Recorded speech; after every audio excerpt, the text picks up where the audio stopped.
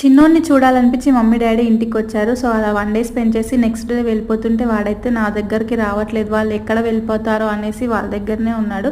అదేంటో అండి, పెళ్ళయ్యాక మన నుంచి ప్రేమ వాళ్ళకి షిఫ్ట్ అయితుంది. అందరు అమ్మమ్మలు ఇలాగే ఉంటారు కదా. మేము కూడా చిన్నప్పుడు మా అమ్మమ్మ వాళ్ళ ఇంటికి ఎప్పుడు వెళ్దామా, వాళ్ళు ఎప్పుడు వస్తారని ఇలాగే ఎదురు చూసేవాళ్ళం.